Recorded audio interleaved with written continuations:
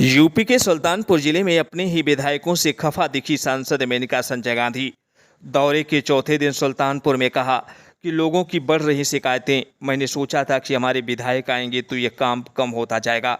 सुल्तानपुर जिले की सांसद व पूर्व केंद्रीय मंत्री मेनका संजय गांधी अपने विधायकों से खफा हैं। सुल्तानपुर में बुधवार को अपने दौरे के चौथे दिन उन्होंने इस बात का जिक्र भी किया।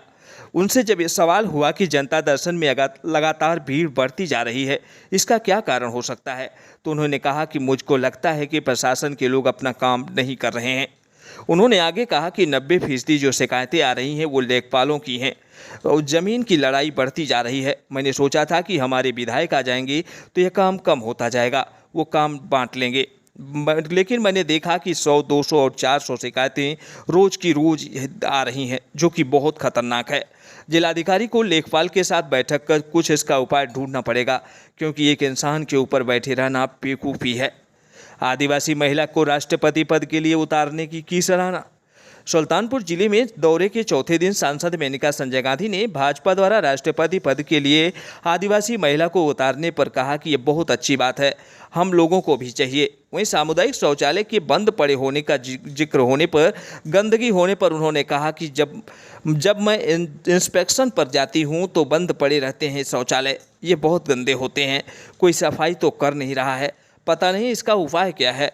लोग अगर गंदगी में खुश हैं, तो इन चीज़ों को इज्जत नहीं कर रहे हैं, तो हम क्या कर सकते हैं। दूसरी बात यह है कि बहुत सारे प्रधानों ने अपने रिश्तेदारों को केयर टेकर तक बना दिया है।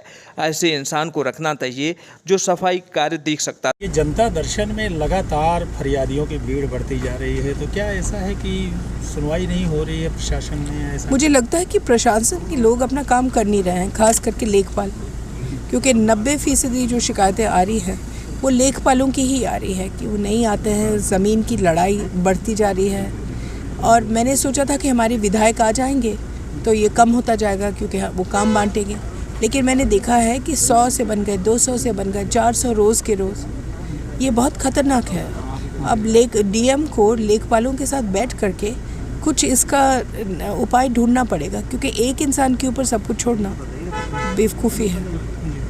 माता जी, ये बीजेपी ने मुर्मू को कैंडिडेट बनाया है राष्ट्रपति का, आदिवासी महिला है, एक सामान्य महिला को जो है बीजेपी ने बनाया, किस रूप में देख रही हैं इसको? बहुत अच्छी बात। अब हम लोगों को आदिवासियों के लिए और कुछ करना भी चाहिए। जी माता जी, ये सामुदायिक शौचालय जो बने हैं उसमें देखा ये जा रहा है कि 30 लाख रुपए प्रति माह जो है सैलरी दी जा रही है उसके रख रखाव पे केयर टेकरों को, लेकिन 90% जो है बंद पड़े हुए हैं, यूज बंद ही पड़े हैं, या जब मैं इंस्पेक्शन पर जाती हूँ तो बहुत गंदे पड़े हैं, कोई सफाई तो कर नहीं रहा है। पता नहीं इसका उपाय क्या है। अगर लोग, आइडिया तो बहुत ही अच्छा है जी, लेकिन अगर लोग अपना गंदगी में खुश हैं और कोई इज़्ज़त नहीं करता है इन चीज़ों में, तो हम क्या कर सकते हैं। मैं उनका इंस्पेक्शन करती हूँ। और दूसरी बात यह है कि बहुत सारे प्रधानों ने अपने रिश्तेदारों को बना दिया केयरटेकर, बजाय कि कोई इंसान जो आकर के सचमुच में सफाई करके जाए। ये बहुत गौर से देखना पड़ेगा, नहीं तो ये भी प्रोग्राम फेल हो जाएगा। जी, ठीक है।